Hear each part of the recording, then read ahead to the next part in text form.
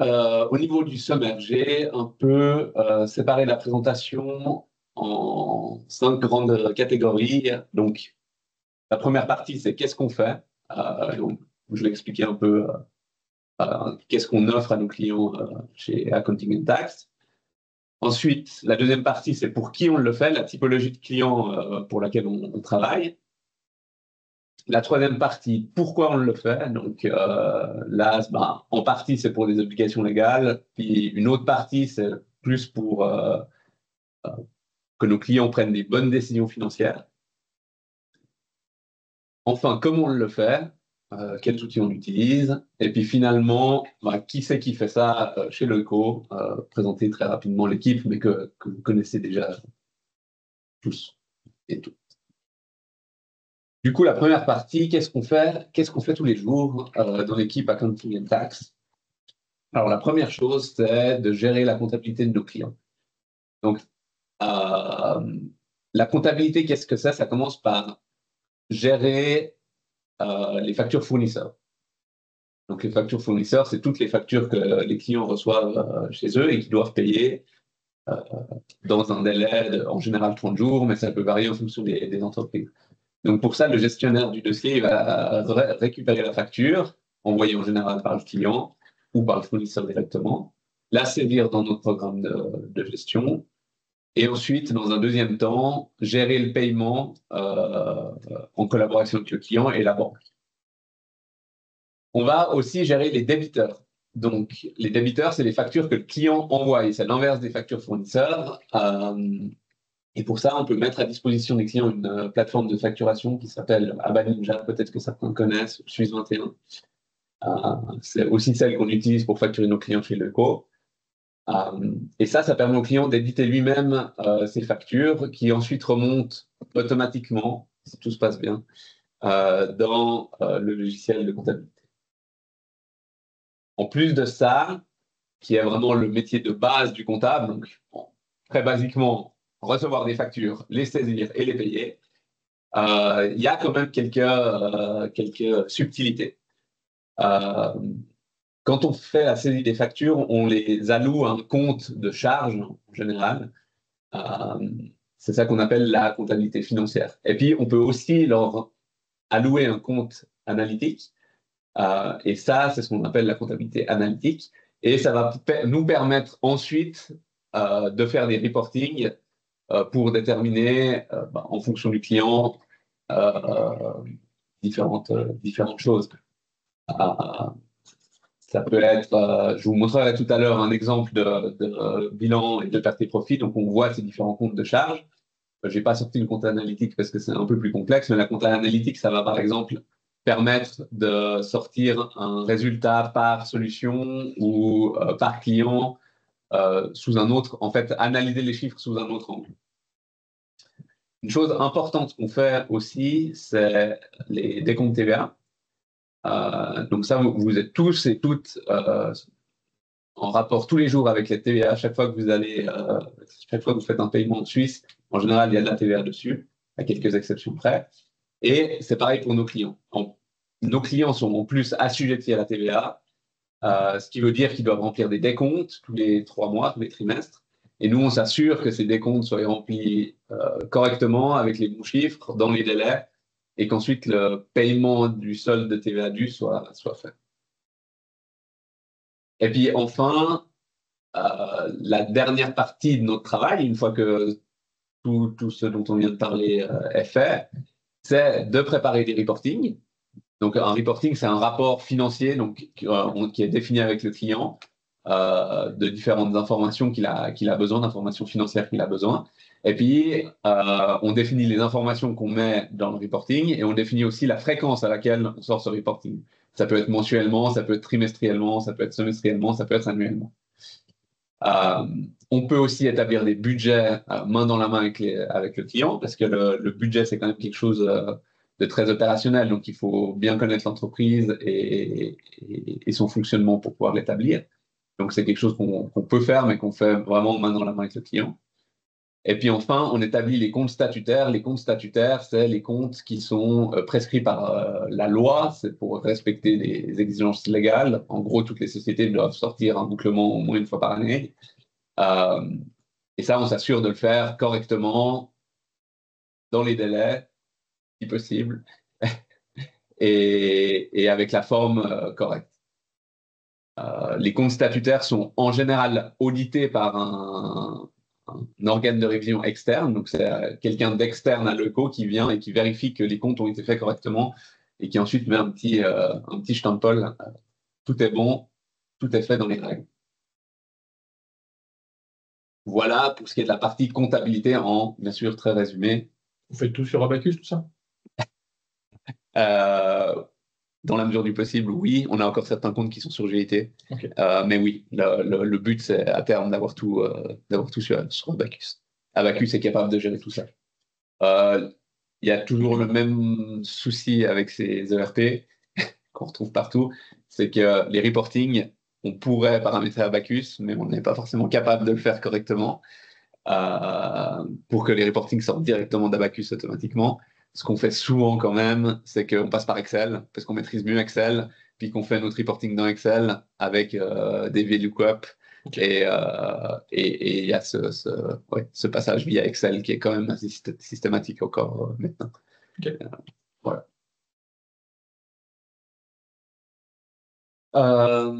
Quelques chiffres sur la partie compta. Donc, on est 9, le Comet. On a un peu plus que 70 entreprises clientes. On gère annuellement 28 000 factures fournisseurs. Donc, c'est vrai que ça, malheureusement, encore maintenant, même si ça paraît un peu archaïque, on passe quand même beaucoup de temps à faire de la saisie de factures fournisseurs. Et ça, c'est clair que c'est quelque chose sur lequel il faut qu'on travaille pour automatiser le plus possible cette partie de notre travail, parce qu'il n'y a pas vraiment de valeur ajoutée. On recopie les chiffres qui sont sur la facture dans le logiciel. On gère à peu près 280 décomptes de TVA et on a une satisfaction client qui est relativement bonne. Voilà pour les quelques chiffres relatifs à notre solution.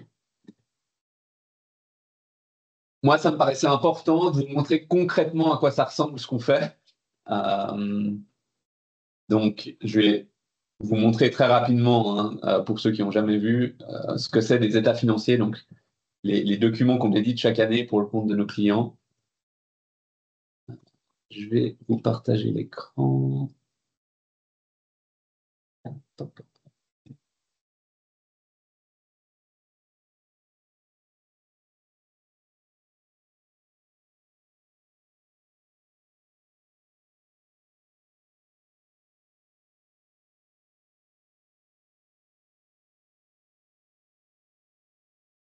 Est-ce que vous voyez le PDF ou non, je pense pas. Hein.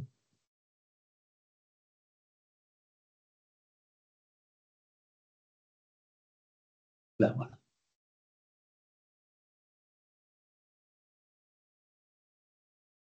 C'est que là, tu as fait un partage live. Ouais, PowerPoint, il faut que tu refasses. Stop. Voilà. Est-ce que là, vous voyez le PDF, ceux qui sont à distance? Oui. Je confirme qu'on voit le PDF. Donc voilà, là, c'est un de nos clients, très concrètement. On a toujours une page de garde avec la date à laquelle les comptes sont arrêtés. Ça, c'est une information importante, tout de même. Et ensuite, on commence toujours par le bilan. Donc, le bilan, qu'est-ce que c'est? C'est une photographie à un moment T, en l'occurrence le 31 décembre 2024, de la situation de la fortune de l'entreprise. C'est vraiment l'équivalent de la fortune d'une personne physique. On a à l'actif, donc l'actif, c'est la première partie du bilan, tout ce que l'entreprise détient, et au passif, toutes les dettes de l'entreprise. Et le solde actif moins passif, ça donne la fortune de l'entreprise qu'on appelle en langage personne morale les capitaux propres. Donc là, si on se penche un peu plus précisément sur ce cas, on voit que dans la fortune de l'entreprise, on a 50 000 francs de liquidité. Donc ça, très concrètement, c'est des comptes bancaires, la caisse, du cash, ce genre de choses. On voit aussi qu'on n'a pas de créances. Donc, les créances, c'est l'argent que les clients doivent à la société. Donc, ça veut dire qu'au 31 décembre, tous les clients avaient payé la société. Les autres créances à court terme, on ne sait pas exactement à ce stade ce qu'il y a dedans, mais on voit qu'il y a une note ici au chiffre 4.2. Et puis, on verra tout à l'heure dans les annexes à quoi exactement correspond ce compte d'actifs. Mais concrètement, ça veut dire que quelqu'un, on ne sait pas encore qui, mais doit 4 842 francs à la société. Et on continue ainsi sur tous les actifs circulants qui sont des actifs liquides. Ça veut dire qu'on peut les réaliser, qu'on peut récupérer du cash de ces actifs en moins d'une année. C'est ça le principal critère pour les actifs circulants. Ensuite, on a les actifs immobilisés. Ça, c'est tout ce qui va être les tables, les véhicules, les choses qui ne sont pas liquides et qui ne peuvent pas être réalisées en moins d'une année. Donc là, en l'occurrence, on a des immobilisations corporelles. Concrètement, c'est probablement du mobilier de bureau, peut-être un ordinateur. Et puis, on voit qu'il reste 1393 francs. La particularité de ces immobilisations, c'est qu'elles sont amorties. Ça veut dire qu'au fur et à mesure des années, on vient diminuer la valeur des immos pour refléter l'usure de l'immobilisation. Par exemple, un véhicule, il ne vaut pas la même chose le jour où vous l'achetez et 10 ans plus tard. Donc, ça s'appelle un amortissement. Et puis ensuite, on passe à la partie dette. Donc là, c'est tout ce que l'entreprise doit. Et on voit que là, l'entreprise, elle a relativement peu de dettes. Elle doit juste de l'argent à ses fournisseurs. Donc concrètement, ça veut dire que en fin d'année, elle a reçu des factures fournisseurs qu'on a comptabilisées sur l'année 2024.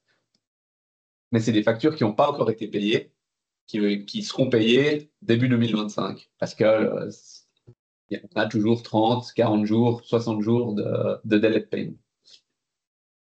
Et puis ensuite, quand on fait la différence actif moins passif, on tombe sur les capitaux propres qui sont ce qui reste aux actionnaires dans la société. C'est littéralement la fortune de la société. Donc ça, c'était pour le bilan qui est une photographie à un moment T, au 31 décembre en général, de la fortune de la société. Et ensuite, on a le compte de résultat. Le compte de résultat, c'est là où on a les comptes de produits et de charges qui correspondent aux revenus et aux charges de la société. Donc là, c'est vraiment plus, si on compare à une personne physique, ça va être son revenu, son salaire. Première partie, on commence en général toujours par les produits. Donc là, on voit du chiffre d'affaires, des produits divers, et puis des variations de travaux en cours, c'est des choses comptables. C'est pour refléter les travaux qui ont déjà été effectués, mais qui ne sont pas encore facturés. C'est des provisions. Donc ça, c'est pour la partie revenus. On voit que cette société, elle fait 108 000 francs de revenus par année. Et puis ensuite, on a toute la partie charges. Donc, on voit que dans les charges, on a des salaires, on a des charges sociales, on a des autres charges de personnel, on a des charges de locaux, c'est très concrètement le loyer, des charges d'administration, donc la poste, la petite papeterie, ce genre de choses. Les honoraires de tiers, donc ça va être les honoraires de la fiduciaire, les honoraires d'avocat, tout ce qui est nécessaire à gérer une société. Ensuite, on a ces fameux amortissements dont je vous parlais tout à l'heure qui sont là pour refléter l'usure des actifs qu'on a immobilisés. Quelques petits frais financiers. Les impôts, bien sûr, en Suisse, en tout cas, qui sont toujours présents. Et enfin, on arrive à la partie intéressante que tout le monde regarde en premier, le résultat. En l'occurrence, on voit que cette société, elle a fait des pertes en 2024, elle avait fait un petit bénéfice en 2023. Voilà pour la partie pertes et profits, compte de résultat. N'hésitez pas, si vous avez des questions qui ne sont pas claires, je réponds volontiers. Et enfin, on a une partie annexe. Donc l'annexe, elle est là pour donner un peu de contexte aux chiffres. Donc toutes ces informations sont prescrites par la loi. Et donc, on est obligé de les donner pour que les comptes soient conformes à la loi. Et donc là, on vient mettre, au début dans la partie générale, où on vient mettre quelques informations vraiment pour donner du contexte, quelle est l'activité de la société, où elle est inscrite, où elle siège, quelles normes comptables on utilise. En l'occurrence, on voit qu'on utilise le droit comptable suisse pour éditer ces comptes. On vient dire quel est le nombre d'employés dans la société. C'est une notion qui est importante, déjà parce qu'elle est prescrite par la loi, et ensuite parce que si vous dépassez notamment, en l'occurrence, 10 employés, vous êtes soumis à d'autres contrôles, et donc c'est important de noter cette information, s'assurer toujours de respecter la loi. Et ensuite, on a différentes informations, toujours prescrites par la loi. On voit aussi ce que je vous disais tout à l'heure, je le renvoie à la note 4.2. On voit le détail des autres créances à court terme et on voit là, en l'occurrence, que c'est les organismes sociaux, donc en l'occurrence probablement l'AVS, qui doit de l'argent à la société, tout simplement parce que la société a payé trop d'acomptes. Et puis on voit qu'aussi que l'administration fiscale, même principe, la société a payé trop d'acomptes et l'administration fiscale doit de l'argent à la société. Et enfin, on a le détail des immobilisations. Donc on voit que l'immobilisation qu'on voyait tout à l'heure, c'est du matériel informatique uniquement. On voit que la valeur au 1er janvier 2024 était de 2783 francs, qu'il y a eu 1475 francs d'achat de matériel informatique. Donc, on a une valeur brute au 31 du 12-24 de 4258. À ça, il faut enlever les amortissements. Non seulement les amortissements de l'année qui sont de 700 francs, mais aussi les amortissements qui ont été faits les années précédentes. Et du coup, on arrive à un total d'amortissement, donc toutes les années précédentes, plus l'année 2024 de 2865, ce qui nous donne 1393 francs de valeur nette pour ce matériel informatique. Évidemment, là, j'ai pris des comptes plutôt simples pour que ce soit facilement lisible, mais après, plus la société est grande, plus il y a de lignes d'amortissement, plus il y a de lignes d'immobilisation, et plus les comptes sont compliqués. On a, pour les sociétés cotées, ce genre de documents font plusieurs centaines de pages.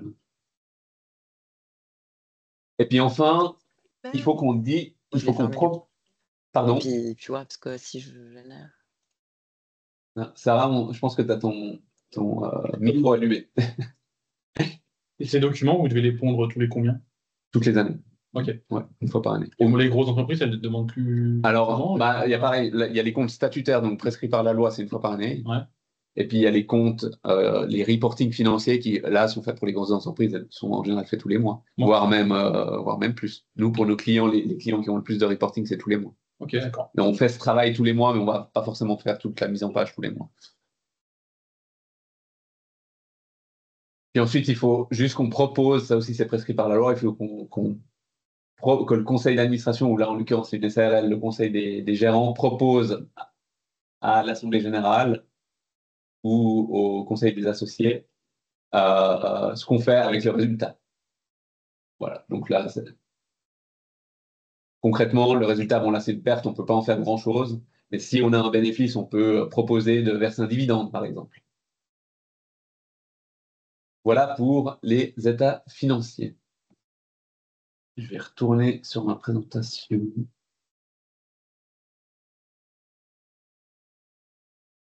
Là. Ça, c'était la partie comptabilité. Maintenant, on fait aussi de la fiscalité. Concrètement, en fiscalité, c'est un peu comme la fiscalité dont vous vous occupez vous pour vous-même, sauf qu'on le fait aussi pour les personnes morales. Les personnes morales, donc les entreprises, sont aussi soumises à un impôt sur le bénéfice, qui équivaut à l'impôt sur le revenu des personnes physiques, et un impôt sur le capital, qui correspond à l'impôt sur la fortune pour les personnes physiques. C'est vraiment assez similaire et le même principe. Il y a aussi une déclaration d'impôt à remplir, et donc l'équipe taxe, composée des 200 bras, s'occupe de faire ces déclarations, vérifier la conformité des comptes par rapport au droit fiscal, parce que les comptes doivent aussi se conformer au droit fiscal, et s'ils ne se conforment pas au droit fiscal, il faut ajuster ce qu'on déclare. dans la déclaration des personnes morales, il y a des champs qui sont faits pour montrer les différences entre le droit comptable et le droit fiscal.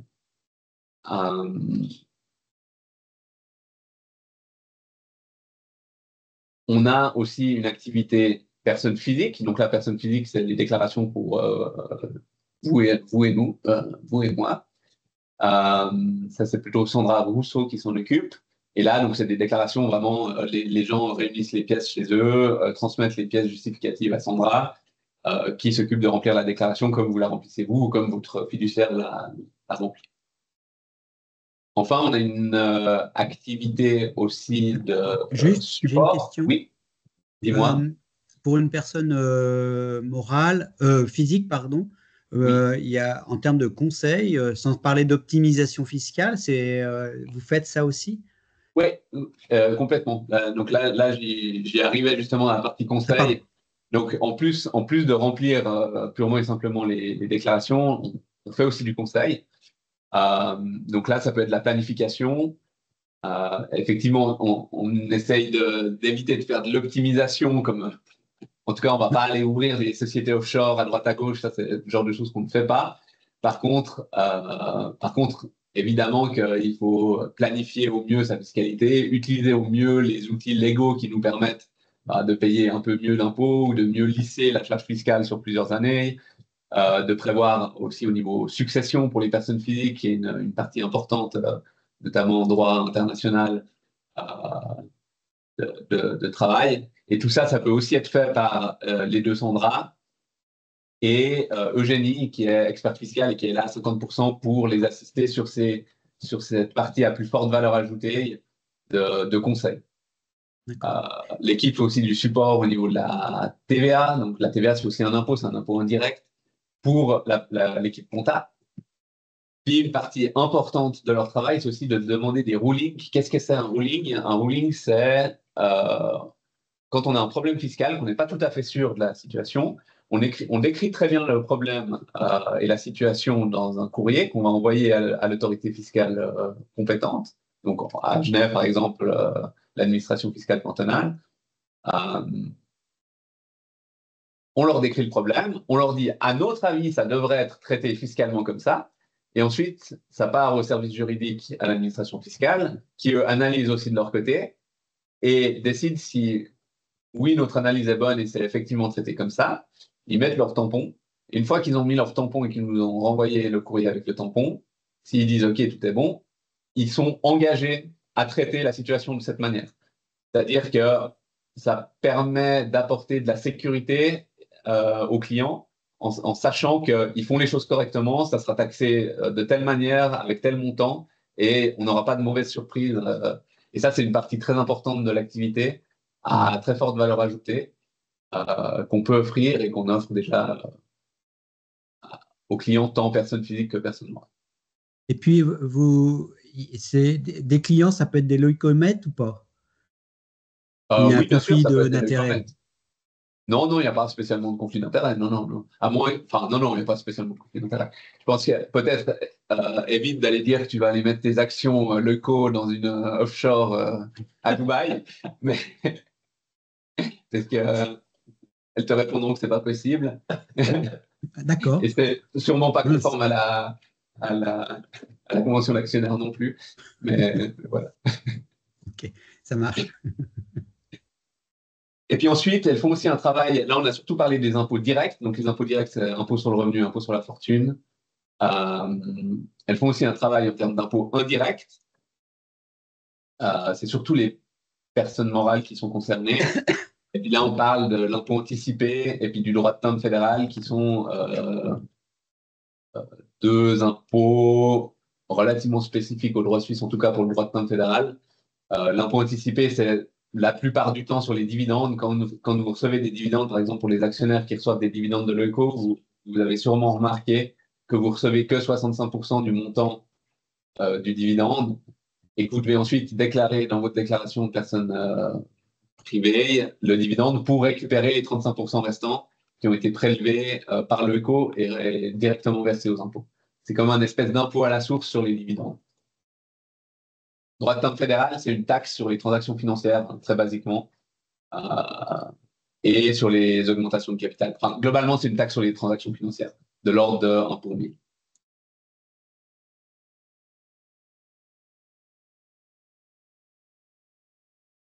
Là, je vous présente rapidement une année fiscale type.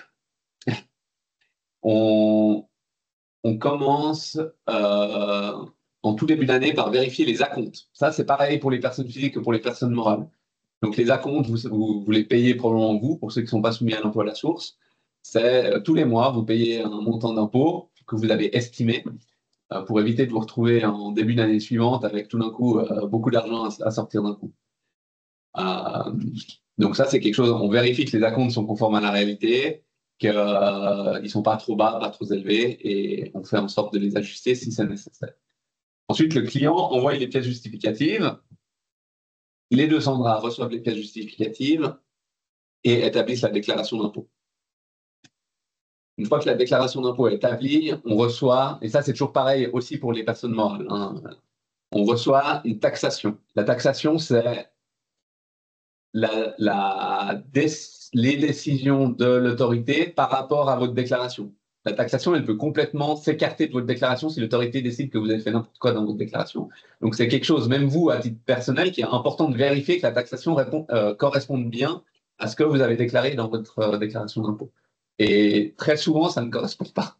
Il faut savoir et puis s'en rendre compte. Si ça ne correspond pas, on a le droit de faire recours dans un délai de 30 jours. Ça s'appelle former réclamation. Et de dire pourquoi on n'est pas d'accord avec la manière dont a été traitée notre déclaration. C'est la partie vérification de la taxation et éventuellement réclamation. Ça, c'est quelque chose d'important, même vous, à titre personnel, de faire. Enfin, le troisième axe de travail qu'on a avec nos clients, c'est la partie gestion plus administrative des sociétés, donc notamment avec l'établissement de documents légaux, notamment les PV de l'Assemblée générale, que souvent les clients, en tout cas nos petits clients, oublient de faire. Les rédactions des réquisitions au registre du commerce. Donc, vous savez, en Suisse, il y a un registre du commerce, c'est une espèce de pièce d'identité, de registre d'identité de toutes les sociétés avec les personnes qui sont autorisées à signer ou pas pour la société et quel type de signature, c'est une signature individuelle, collective. Voilà, vous pouvez consulter le registre du commerce sur Internet, c'est l'adresse zfx.ch et voir plein d'informations sur les sociétés qui sont totalement publiques. Et puis, ces informations, il faut les tenir à jour quand, par exemple, un employé part, un employé arrive. S'il a un droit de signature, il faut avertir le registre du commerce. Et ça se passe par des espèces de courriers qui s'appellent des réquisitions. C'est très formel. Le registre du commerce est très embêtant. Il requiert vraiment une forme particulière de courrier, de mise en page. Et on a Audrey Crac, qui est notre grande spécialiste du registre du commerce et qui nous aide avec ça. Et puis, gestion de la vie de la société. On peut, par exemple, mettre à disposition un administrateur ou un gérant. Donc ça, c'est quelqu'un qui prend des responsabilités, une personne physique qui va prendre des responsabilités pour le compte de la société. C'est par exemple obligatoire d'avoir au moins une personne domiciliée en Suisse qui est au conseil d'administration. Donc, ça peut arriver que des clients ne soient pas du tout domiciliés en Suisse. Et du coup, ils nous demandent de leur mettre à disposition quelqu'un qui est domicilié en Suisse parce que sinon, la société ne peut pas être créée. On peut domicilier des sociétés aussi chez l'ECO, c'est-à-dire en fait simplement que l'adresse de la société elle est chez l'ECO SA et ça leur permet de recevoir du courrier ici. On peut aider les clients à créer une société. On doit de toute façon passer chez un notaire parce que ça passe de toute manière chez un notaire, mais on peut les assister dans ces démarches. Et ensuite, on peut les assister aussi dans tout ce qui est transformation de société. Donc, ça va être des fusions, des scissions, des augmentations, des diminutions de capital, des assainissements de société. Voilà, ça, c'est juste la partie corporate housekeeping pour laquelle on peut aussi donner un coup de main. Concrètement, je ne sais pas si chacun d'entre vous a déjà vu un PV d'AG. Pareil, j'aime bien toujours vous montrer des choses concrètes de ce qu'on fait. Donc, normalement, une fois que les états financiers qu'on a vus tout à l'heure sont établis, ils doivent être validés par l'Assemblée générale. L'Assemblée générale, elle est composée de tous les actionnaires de la société. Donc, probablement que certains d'entre vous ont déjà participé à l'Assemblée générale de l'ECO, par exemple. Et une fois que l'Assemblée générale est tenue, on doit préparer un PV qui reprend les grandes décisions qui ont été prises pendant l'Assemblée générale. Donc voilà concrètement à quoi ressemble un PV. Donc là, c'est toujours la même société dont on a vu les comptes tout à l'heure. Ce qui est important dans le PV, c'est de voir que l'Assemblée générale a été valablement convoquée, c'est-à-dire que les modalités de convocation de l'Assemblée générale sont réglées dans les statuts de la société, et souvent il y a un délai pour convoquer les actionnaires. Et quand il n'y a pas beaucoup d'actionnaires, ben, personne pense à convoquer les actionnaires, donc on met toujours cette petite phrase au début qui dit que, étant donné que la totalité des actionnaires sont présents, on peut quand même tenir l'Assemblée générale, même s'il n'y a pas eu de convocation formelle. Ensuite, on approuve quelque chose de très important de l'Assemblée générale, c'est d'approuver les comptes de l'exercice précédent.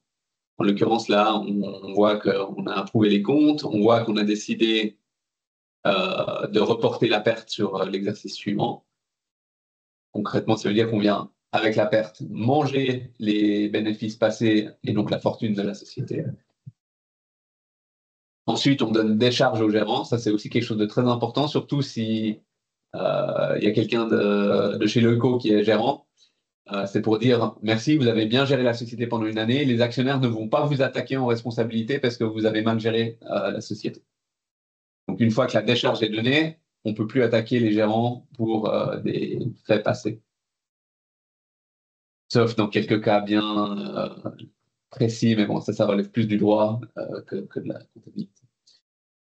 Et ensuite, très important, on réélit les gérants ou les administrateurs. Donc, gérant, c'est le terme qu'on utilise pour les SARL, administrateur, c'est le terme qu'on utilise pour les SA. Donc, on les réélit pour l'année suivante.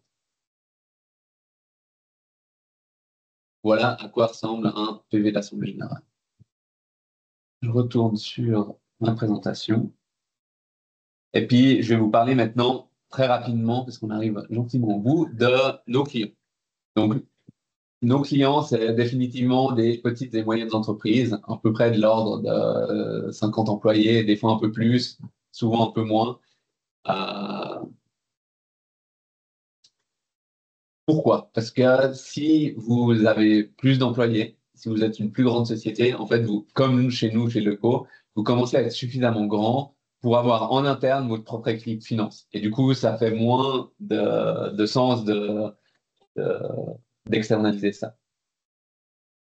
On a un autre type de clients qui sont les sociétés étrangères établies en Suisse. Donc ça, c'est par exemple des groupes internationaux qui ont une activité en Suisse et qui du coup doivent avoir une entité en Suisse. Donc c'est-à-dire qu'ils créent une société en Suisse pour avoir une activité en Suisse. Et eux, ils ont une équipe finance au niveau du groupe à l'international. Par contre, ils n'ont pas de connaissances spécifiques en droit suisse, en comptabilité suisse, et du coup, ils se reposent sur nous pour établir des comptes statutaires suisses, donc les comptes qui sont demandés par la loi. Et après, eux, ils font leur compte groupe de leur côté, avec leur propre système, leur propre équipe de leur côté. Et nous, on s'occupe uniquement des comptes qui sont demandés par la loi.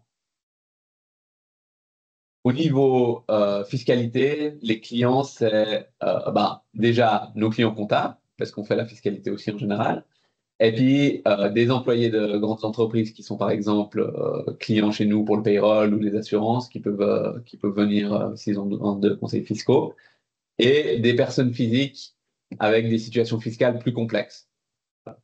On ne fait pas des déclarations simples de salariés avec éventuellement une maison et 3 comptes bancaires.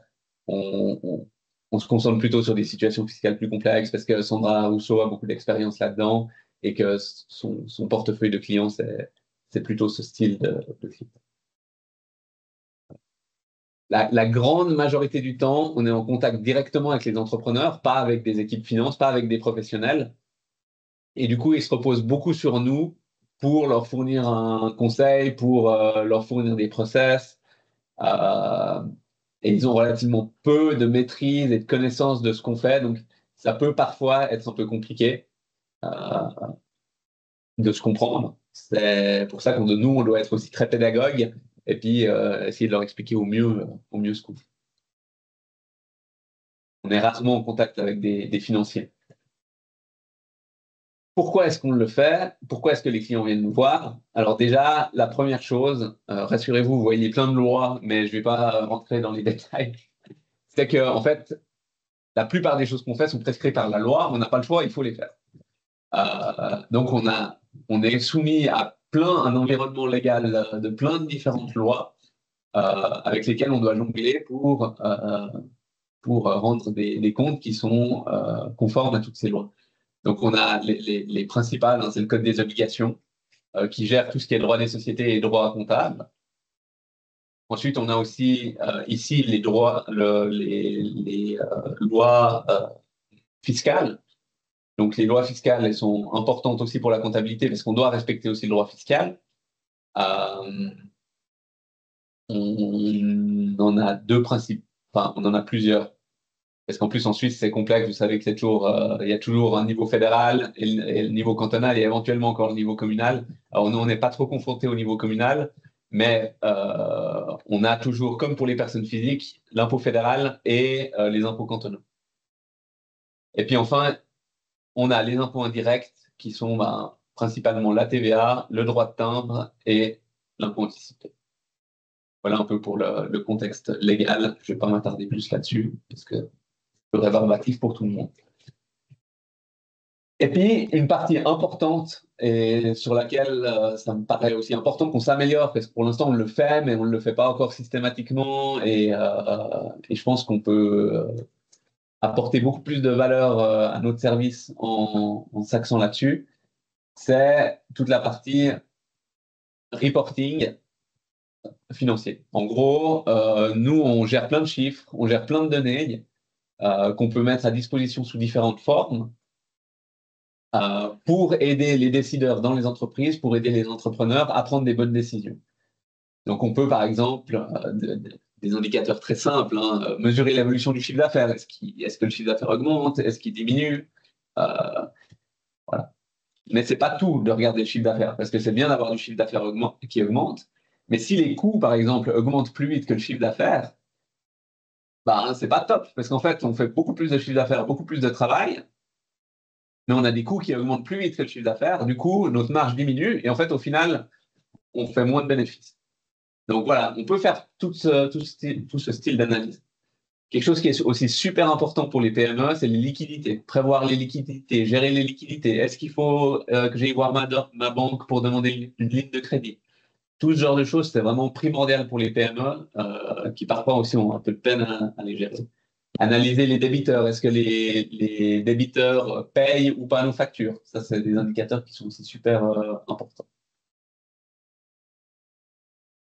L'idée principale qu'il y a là derrière, c'est d'anticiper et d'identifier les risques le plus tôt possible pour pouvoir prendre des actions en conséquence. Par exemple, si tout d'un coup, vous voyez que vos débiteurs ne vous payent plus, c'est bien de le voir rapidement et puis de les appeler, de demander qu'est-ce qui se passe, pourquoi vous ne nous payez plus, vous n'êtes pas content de nos services, vous avez, des problèmes financiers, qu'est-ce qui se passe?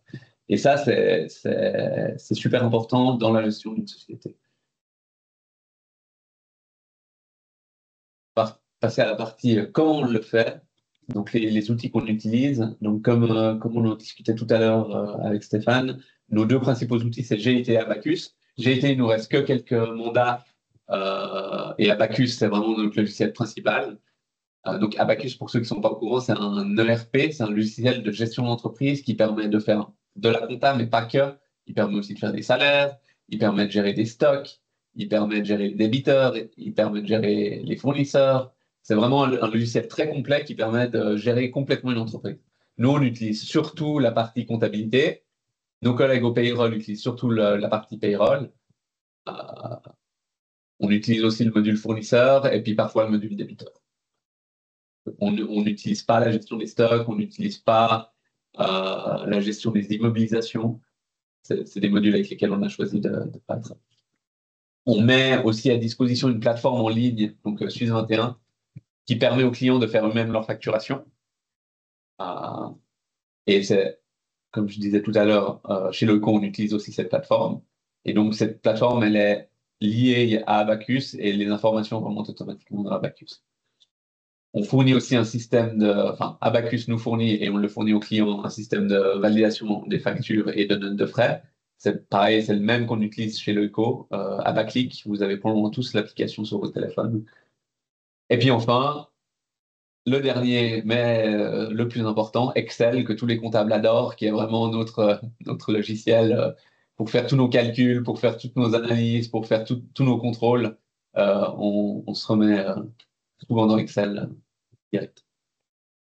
Et puis, je termine avec la partie la plus importante.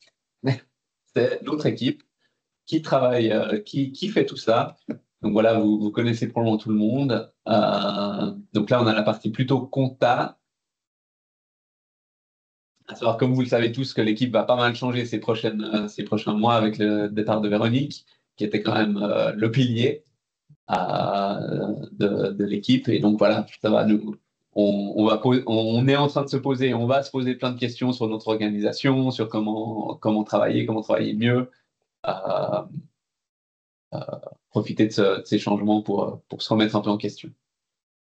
Et là, on a encore la partie plutôt taxe avec notre Lou. Donc, c'est Lou qui m'a aidé à faire ces slides et qui a trié les gens.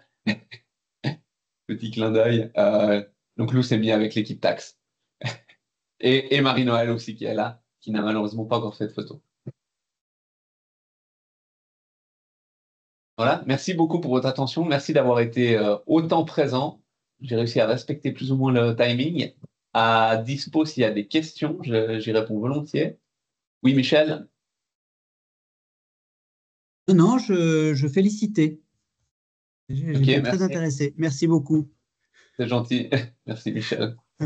C'était très, très clair pour un sujet très, très complexe, en tous les cas pour moi. Merci. Jérôme? Ouais, bravo, parce que tu as su trouver des mots simples pour expliquer des choses compliquées, c'est-à-dire des documents avec les bilans, les comptes, tout ça. Je pense que tu as pris la peine de prendre un langage pour Monsieur Tout le Monde, ce qui est très bien. Moi, j'ai trois questions, je les pose toutes ensemble, comme ça. La première, c'est qu'on a entendu que vous étiez un peu sous l'eau niveau client. Est-ce que vous prenez encore des nouveaux clients ou pas? Ça, c'est ou bien qu'il y a un délai d'attente quelque part. La deuxième, c'est comment vous tarifez vos prestations, notamment les prestations de conseil sur mesure. Comment se passe la tarification aussi pour la gestion habituelle des comptes? C'est fonction du nombre d'employés, je ne sais pas. Et puis la troisième, c'est quel est le rôle de l'IA, quoi? Parce qu'on perçoit intuitivement il y a beaucoup de tâches chez vous qui peuvent être prises en charge de manière assez mécanique. Donc, on voit bien l'IA joue un rôle. Donc, quel rôle joue l'IA dans vos services actuellement? Voilà. Ouais. Alors, pour répondre à ta première question, pour l'instant, on n'est pas en capacité de prendre des nouveaux clients. Donc, enfin, voilà, ça a échappé à personne qu'on a eu beaucoup de turnover. On est encore en phase d'onboarding avec une bonne partie de nos collègues. On a le départ de Véronique enfin, voilà, qui a des super compétences aussi en termes métiers, en termes informatiques. Donc, il faut qu'on prenne un peu le temps de se poser, de se réorganiser, de retrouver les bonnes compétences, de les mettre au bon endroit, de répartir les rôles leucocratiques, parce qu'on a aussi un peu un souci avec les rôles leucocratiques. Donc, il faut qu'on fasse un peu une introspection et qu'on mette les choses à plat pour repartir sur des nouvelles bases. Mais j'ai bon espoir que dans le courant de l'année prochaine, on puisse recommencer à onboarder des nouveaux clients et voilà, fournir un service de qualité à ces clients. Pour la deuxième question au niveau de la tarification, alors, on fait des forfaits. Les forfaits, pour l'instant, ils sont calculés principalement sur la base du nombre de pièces, du nombre de factures qu'on saisit. Donc, en fait, la facturation, elle dépend vraiment à 90% du nombre de factures qu'on saisit et à 10% du nombre de reporting qu'on fait. Pour moi, il faut qu'on réfléchisse à changer cette manière de facturer parce que de moins en moins, notre valeur ajoutée, elle va être sur la saisie du nombre de factures. Parce que, comme tu le relevais assez justement, probablement que l'IA va assez rapidement pouvoir beaucoup nous aider là-dessus. Et du coup, c'est plus là-dessus qu'il faut qu'on se concentre. Où il faut qu'on se concentre, c'est sur les reporting qu'on sort, qu'ils soient de qualité, pertinents pour le client.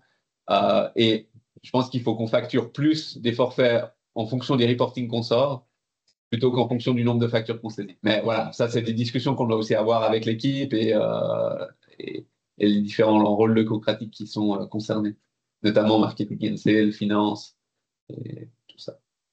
Pour la partie IA, je suis entièrement d'accord avec toi. Toute une partie de notre travail peut paraître relativement simple et relativement répétitif et rébarbatif.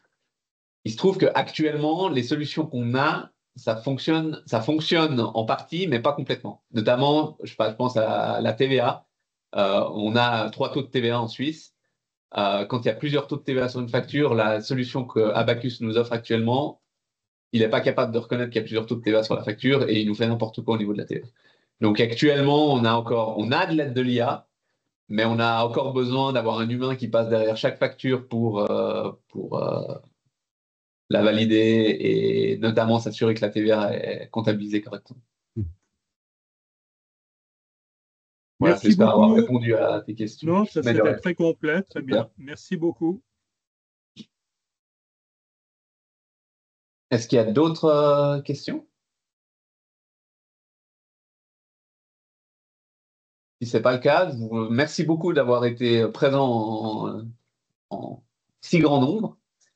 Merci pour votre attention et puis je vous souhaite bon appétit. Bon appétit. Merci beaucoup, bon appétit. Merci, bon appétit. Ciao. Ciao, ciao.